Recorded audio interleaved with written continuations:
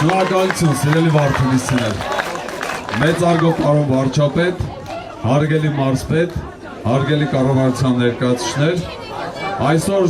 Վարդենիս խոշորացված համայնքում հյուր եկել Հանրապետության վարչապետի պաշտոնակատար Նիկոլ Փաշինյանն է։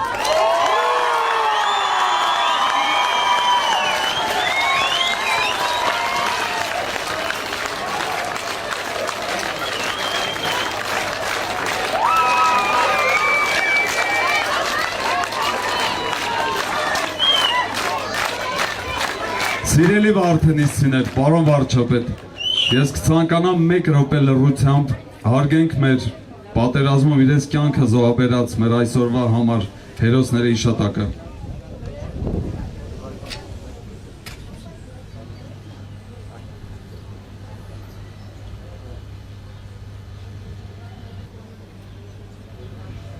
Շնորհակալություն։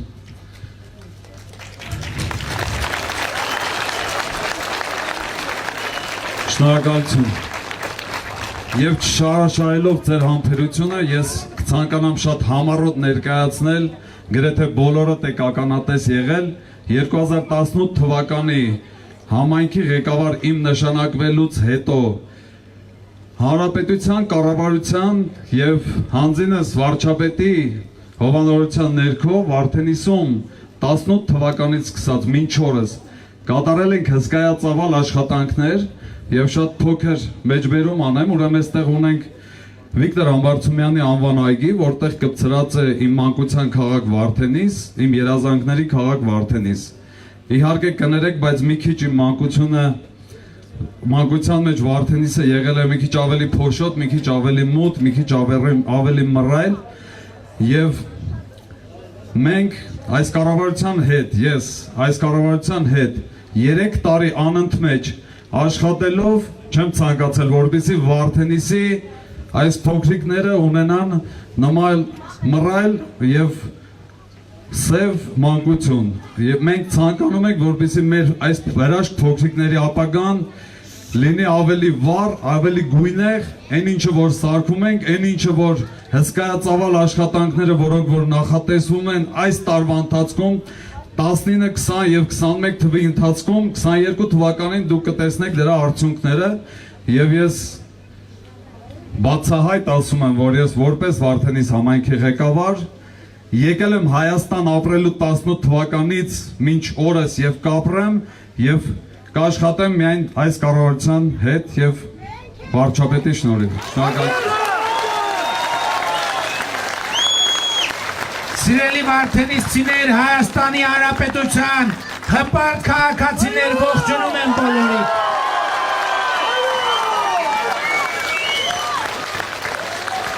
Ժողովուրդ ջան, շնորհակալ եմ այսպիսի ջերմության համար, շնորհակալ եմ այսպիսի ընդունելության համար եւ շնորհակալ եմ, որ Վարդենիսը իր տրամադրությունը եւ վճռականությունը չի փոխել, չի գցել։ Մենք հիմա մեր ամենամեծ մտահոգության թեման այն խնդիրն է, որ մենք սոտ խոզնավար հատվածում ունենք սահմանին եւ ես ուզում եմ ձեզ ներկայացնել մեր մտածումը եւ քաղաքականությունը այդ առումով։ Մենք մտածել ենք հետևյալը, որ քանի դեռ հնարավոր է, ռեալ շանս կա, որ մենք այդ խնդիրը լուծենք խաղաղ ճանապարհով, մենք միջև վերջին վարկյանը ամեն ինչ անելու ենք, որ մենք խաղաղ բանակցային ճանապարհով այդ խնդիրը լուծենք։ Եվ սրա համար կան շատ լուրջ նախադրյալներ։ Ինչու՞։ Որովհետև մեր բոլոր միջազգային գործընկերները ըստ էության պաշտպանում են այն դիրքորոշումը, որ պետք է ադրբեջանական զորքերը դուրս գան Հայաստանի Հանրապետության տարածքից։ Եվ իմ արձանագրումն է դա, եւ ելի ասում եմ, որպես կոմպրոմիսային տարբերակ ես առաջարկել եմ, որպեսզի զորքերը հայելային եղանակով հետ քաշվեն սահմանից, այդ սահմանին տեղակայվեն օրինակ ռուսական ներողություն, ոչ թե խաղապահներ, այլ սահմանապահներ, սահմանապահները պահեն հսկողության տակ այդ սահմանը, ինչի համար, որ տեսնեն, որ երկու կողմերը պայմանավորվածությունը պահում են, եւ որից հետո միջազգային հովանու ներքո ԵԱՀԿ Մինսկի խմբի համանախագահության ներգրավմամբ տեղի ունենա սահմանի դեմարկացիա եւ դելիմիտացիա։ Այսօր մենք ամենօրյա կապի մեջ ենք մեր ռուս գործընկերների հետ, նրանց ներկայացուցիչները եկել են եւ տեղում Սոտքից միջև Խոզնավար հատվածում նայել են տարածքները, այն հնարավոր կետերը, որոնք կարող են տեղակայվել, եւ հիմա ճիշտն ասած քննարկումներ են տեղի ունենում նրանց տեղակայման հնարավոր կետերը ճշգրտելու վերաբերյալ։ Եվ այսօր իրավիճակը սա է, իհարկե ես կարող եմ ասել, որ մենք հասել ենք նրան, որ իրավիճակը շարունակաբար չի լարվում։ Օրինակ այն օրը, որ ես եկա այստեղ, այդ օրը ահավոր լարված էր իրադրությունը, եւ դրանից հետո իմ հայտարարությունից հետո որոշ դիվանագիտական ջանքերից հետո մեզ հաջողվեց հետագա լարվածության աճ թույլ չտալ եւ մանավանդ դրանից հետո գիտեք, որ մեր զինվորներից մեկը մոլորվել էր մառախուղի մեջ եւ անցել էր Ադրբեջանի կողմը, որից հետո երկու օր հետո նրանք վերադարձրին մոլորված զինվորին, ինչը պետք է ասել շատ կարեւոր եւ գնահատելի նշան է եւ քայլ է, եւ ես հույս ունեմ, որ հետագա իրադարձությունները հենց այս տրամաբանության մեջ կզարգանան։ Մենք գնում ենք երկու ճանապարհով։ Առաջինը մեր սահմանների եւ տարածքային ամբողջականության անձեռնմխելիությունը որևէ կասկածի տակ դրվել չի կարող։ Երկրորդը մենք պետք է կարողանանք Հայաստանի համար բացել խաղաղ զարգացման դարաշրջան։ Եվ դրա համար մենք պետք է գործի դնենք մեր դիվանագիտական ծառայությունը, մեր միջազգային հարաբերությունները, մեր տարածաշրջանային հարաբերությունները եւ այդ ամենի արդյունքում Հայաստանի Հանրապետության շուրջ պետք է ստեղծենք բարենպաստ միջավայր։ Հաջորդ կարևորագույն խնդիրը, ես քանի որ Վարդենոսում գիտեմ, որ բազմաթիվ պայմանագրային զինծառայողներ կան, ես ասում եմ, որ մենք պետք է պայմանագրայինից անցում կատարենք պրոֆեսիոնալ բանակի, որն է տարբերությունը։ Տարբերությունն է նա, որ մեր պայմանագրայինները հիմա 15-16 օր բանակում են, ամսվա մնացած մասը իրանք զբաղվում են իրենց գործերով, իրենց ընտանիքի հոգսերը հոգալու համար։ Մենք ասում ենք, որ պայմանագրային զինծառայության ժամկետը ներողություն, բնույթը պետք է փոխվի։ Մարդը ամբողջ ամիս պետք է լինի զինվորական ծառայության մեջ եւ նրա գործը պետք է լինի իր մարտական պատրաստությունը ուժեղացնել, բայց սրա համար մենք պետք է էականորեն բարձրացնենք մեր պայմանագրայինների աշխատավարձը, որպես իրանք այդ աշխատավարձով, չնայած Ժողովուրդ ջան, նրանք ում ընտանիքի անդամները զինվորական են, գիտեք, որ 2019 թվականից մենք նաև պայմանագրայինների, շարքային պայմանագրայինների աշխատավարձերը էականորեն բարձրացրել ենք, բայց մենք ուզում ենք հասնել պրոֆեսիոնալ բանակի, որպեսզի այդ աշխատավարձը լիարժեք լինի, որպեսզի մարդը ուրիշ բանով զբաղվելու կարիք չունենա իր ընտանիքի հոգսերը հոգալու համար։ Բացի աշխատավարձից պրոֆեսիոնալ զինվորականները պետք է ունենան սոցիալական երաշխիքների համակարգ, առողջապահության ապահովագրություն եւ իրանք եւ իրանց ընտանիքի անդամները։ Եվ մենք այս ճանապարհով գնալու ենք, բայց ինչպես եւ որտեղից հայթայթել են գումարները, որոնք անհրաժեշտ են այս բարեփոխումը իրականացնելու համար։ մենք պետք է պայմաններ ստեղծենք, որպեսզի երկրում արդյունք ստեղծվի, գործարարության համար, հողերի մշակման համար։ Մենք այսօր մեր երկրի հողատարածքների 50%-ը կեսը չի մշակվում։ Մեր երկրի հողատարածքների 74%-ը ոռոգման ջուր չունի։ Այս է պատճառը, որ մենք առաջում ենք, ասում ենք, այն տնտեսությունները, որ առաջիկա 5 տարիների ընթացքում կանցնեն կաթիլային ոռոգման, ներողություն, կանցնեն կաթիլային ոռոգման, 5 տարի մենք նրանցից ջրի վարձ չենք ուզի։ Դրանից հետո այսօր մենք գյուղատնտեսության ոլորտում Հայաստանում տենց բան չի եղել երբեք, 0%-ով վարկեր ենք տալիս գյուղացիներին։ Մինչև 15 միլիոն մի տարի արտոնյալ ժամկետով, այսինքն մի տարի մայր գումարը փակելու կարիք չկա, եւ եթե ծրագրային վարկերով կաթիլային ոռոգում է քաշվում, հատկապես սահմանապահ գյուղերի եւ բնակավայրերի համար խելացի անասնագոմ է դրվում, ջերմոց է դրվում, մենք այդ գումարի 50-ից 70%-ը վերադարձնում ենք էլի գյուղացուն։ Սա ինչի համար եմ ասում, մենք պետք է շրջան ստեղծենք, այդ շրջանը ինչի մեջ է, աշխատանք, հարկերի հավաքագրում, դրանց ուղղորդումը կրթության, անվտանգության, առողջապահության ուղղություններով, հետագայում աշխատանքի խրախուսում, ավելի մեծ արդյունքի ստեղծում եւ ավելի մեծ միջոցների ծախսում կրթություն, անվտանգություն, առողջապահություն եւ գործարարությունը խթանելու համար։ Մեզ համար շատ կարեւոր է, որ մենք ես ամեն անգամ այստեղով անցնելով տեսնում եմ Վարդենիսի այդ մարզադաշտը, որը տենց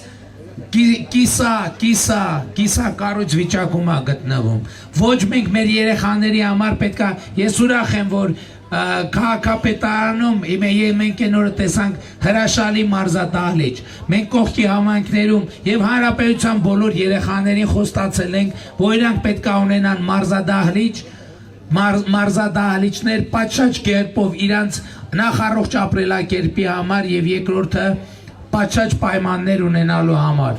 Մենք այսօր գիտեք, որ մենք կա Աննա իմ քայլը հիմնադրամ գոյություն ունի եւ մենք քննարկել ենք եւ որոշում ենք կայացրել, որ իմ քայլը հիմնադրամը առաջիկա տարիներին կենտրոնանալու է միայն մի բանի վրա, մի գործով զբաղվելու։ Հանրապետության, հատկապես գյուղական բնակավայրերի, դպրոցների ու մանկապարտեզների զուգարանները եւ մարզադահլիճները նորոգելու եւ դրանք գույքով ապահովելու համար, որովհետեւ կարծում եմ, տեսեք ժողովուրդ,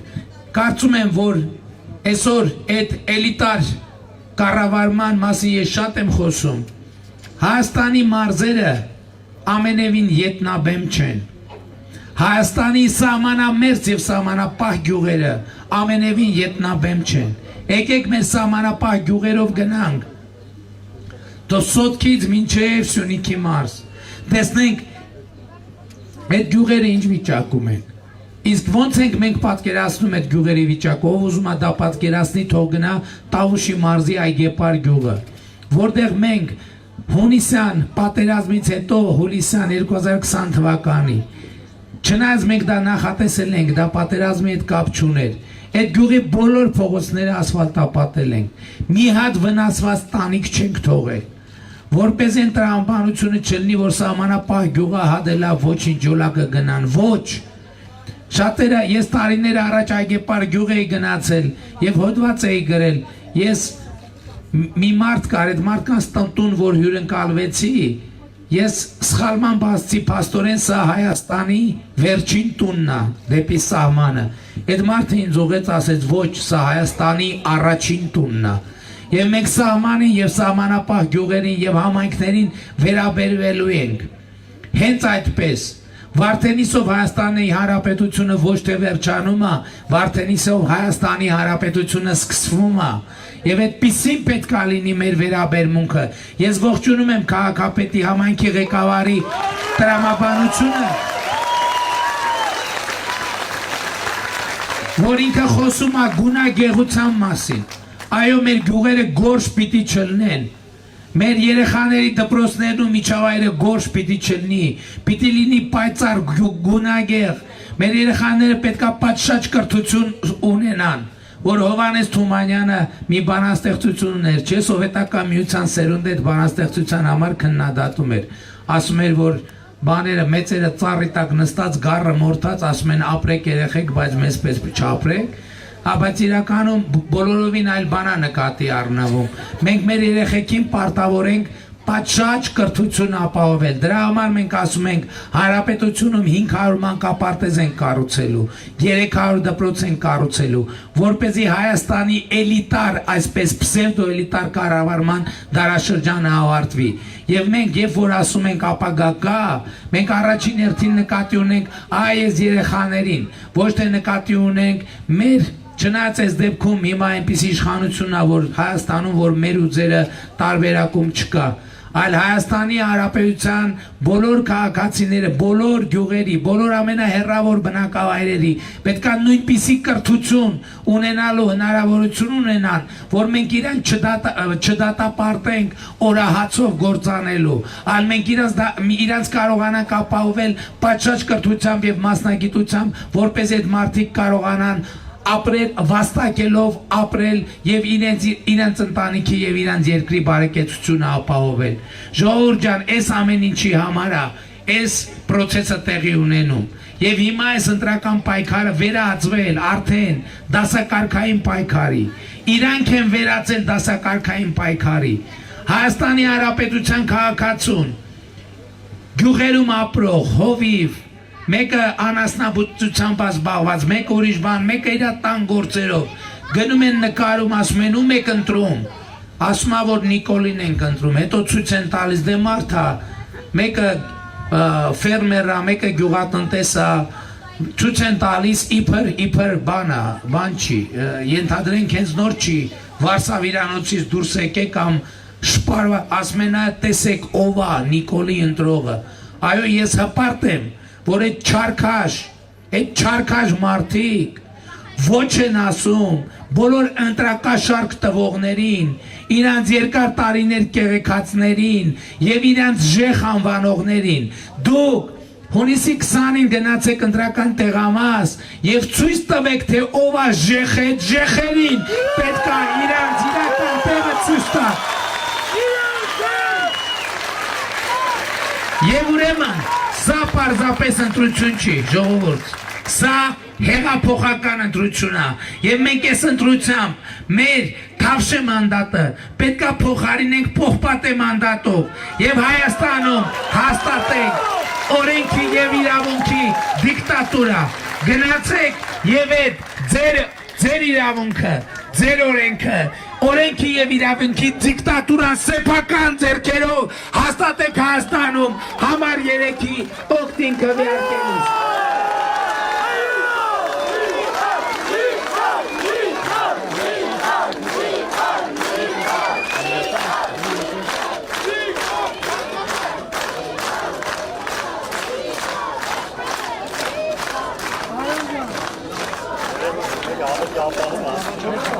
Ժողովուրդ, մեր կարգախոսը գիտեք, չէ, ապագա կա, ապագա կա։ Եվ ուրեմն, ապագա կա։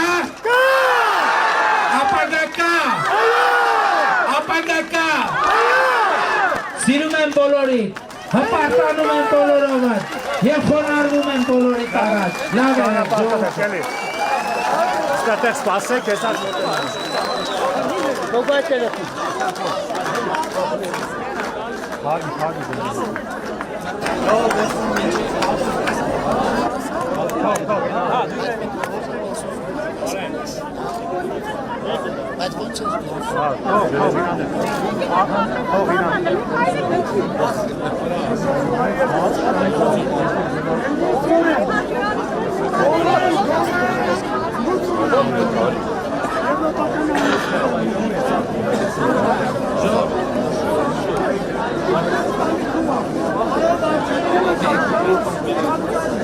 Մեկ, Ժորժան, մերրիման ուզմա ձեզ համար արտասան է։ Մենք Վարդենիսցի մանուկներս ցանկանում ենք, որ կապույտ երկինք, խաղաղություն, ողջ աշխարհին եւ ամենուր։ Կռիվներում ընկան նրանք, ամեն մեկը մի տան ջրակ, ամեն մեկը մի նոր որդի, Ամեն մեկը միեղ չկա երազանք հանապական, բայց զոհի պես չընկան նրանք, իբրև մարդիկ, որ սովոր են մահը վանել իրենց կյանքով, հանուն կյանքի, որ սովոր են զրկանք տանել, ընդեմ ծովին ու զրկանքին, ապրողների հոգիներում չի մեղմացել ցավը կծած, ատելություն փրփրած և հաղթության տեր չհորին, իբիրտություն այն բոլորին, որ նայում եմ շիրիմներին նրանց, միայն իբրև մի բլուրի, որ հարթվում է կամաց, անմիտի պես մոռանալով, որ եթե չար թշնամու դեմ ապրողներին իրենց ուժով ուզեն քովեն ապարտելին, ընկածները իրենց ուժով վրեժով են սարսափելին։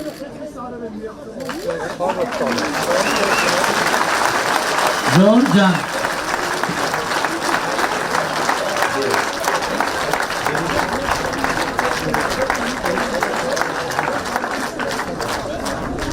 մեր ռիման մեր նահատակներից Դերենիկ Պողոսյանի դուստրն է, այս հատվածը կապ չունի, մի րոպե, այս հատվածը եկեք համարեն կապ չունի ոչ ընտրությունների, ոչ ընտրարշավի հետ, ոչ քարոզարշավի հետ, ուղղակի ռիման ասեց, որ ուզում է ամբիոնից արտասանի, ես չկարողացա նրան մերժել մեր նահատակների համար և մենք պարտավորություն ունենք նրանց առաջ և այդ պարտավորությունը պիտի կատարենք առաջին հերթին իրանց երեխաների զավակների առաջ։ Ապրես բուրուտ ջան։ Շնորհակալություն։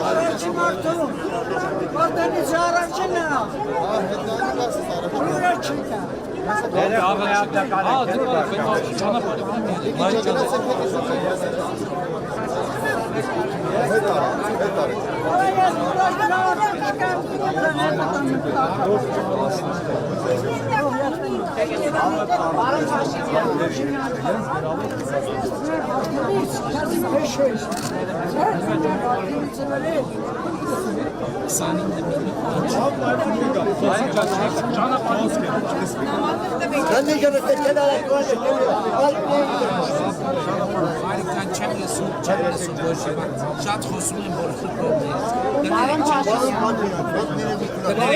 արդեն ուշանում եք